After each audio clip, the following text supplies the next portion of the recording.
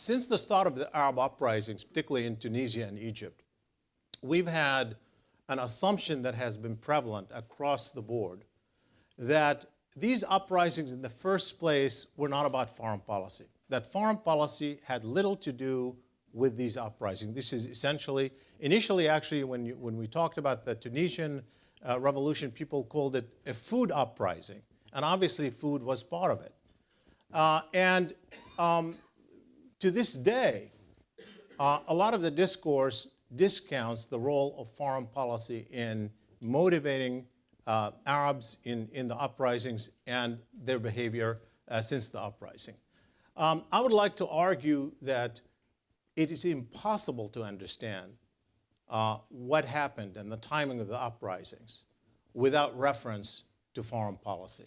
It is impossible to understand the Arabs' attitudes toward the rulers without understanding their attitudes toward the rest of the world. That the dignity that they sought to restore in these uprisings wasn't only about their relationship with the rulers, but was about their relationship with the rest of the world. Why did the uprising happen in 2010 but not in 2005 or 1995 or in 2000? Because there was nothing at all.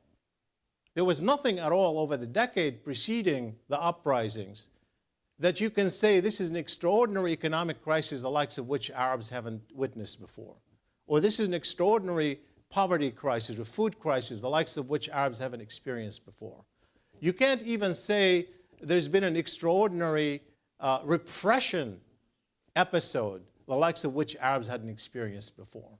So what has changed that carried people into this revolution?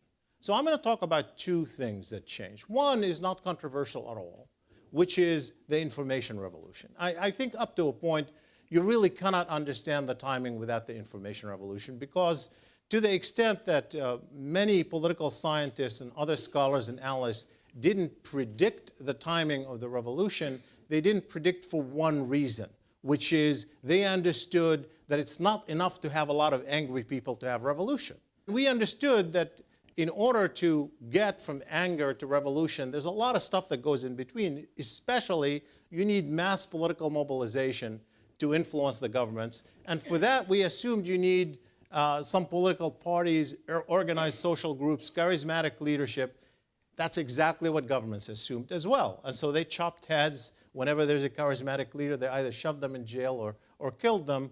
And they made sure that you don't have political parties that would challenge them. And so people are scratching their head, you know, how is this anger going to translate into a mass political mobilization? I think that the information revolution had a lot to do with the genesis of what happened in Tunisia and Egypt particularly, where without the need initially for major political parties or well-known leaders, you had incredible ability to mobilize people using social media and relying on information that was coming from this transnational media that governments had no direct control over. And that happens so rapidly, by the way, it's incredible. Let me just give you a flavor of this. I have a couple of chapters on the media in the book, but if you ask people in 2000, you know, what is your main source of news? In every country that we polled, which include Egypt, Saudi Arabia, Morocco, Jordan, Lebanon, and the United Arab Emirates, in every one of these countries, they will tell you that their main source of news was their national media, their national television. By 2010, in every country we asked, every country of those 6 and beyond, they identified a television station from outside their own boundary, usually Al Jazeera. So people had no control, you know, the government lost control over me. You could see that with Gaddafi trying to say, this is, you know, on his television, this is al-Qaeda that's doing this, or this is the US that's doing this. And Al Jazeera is showing these other pictures. No question that had a lot to do with it.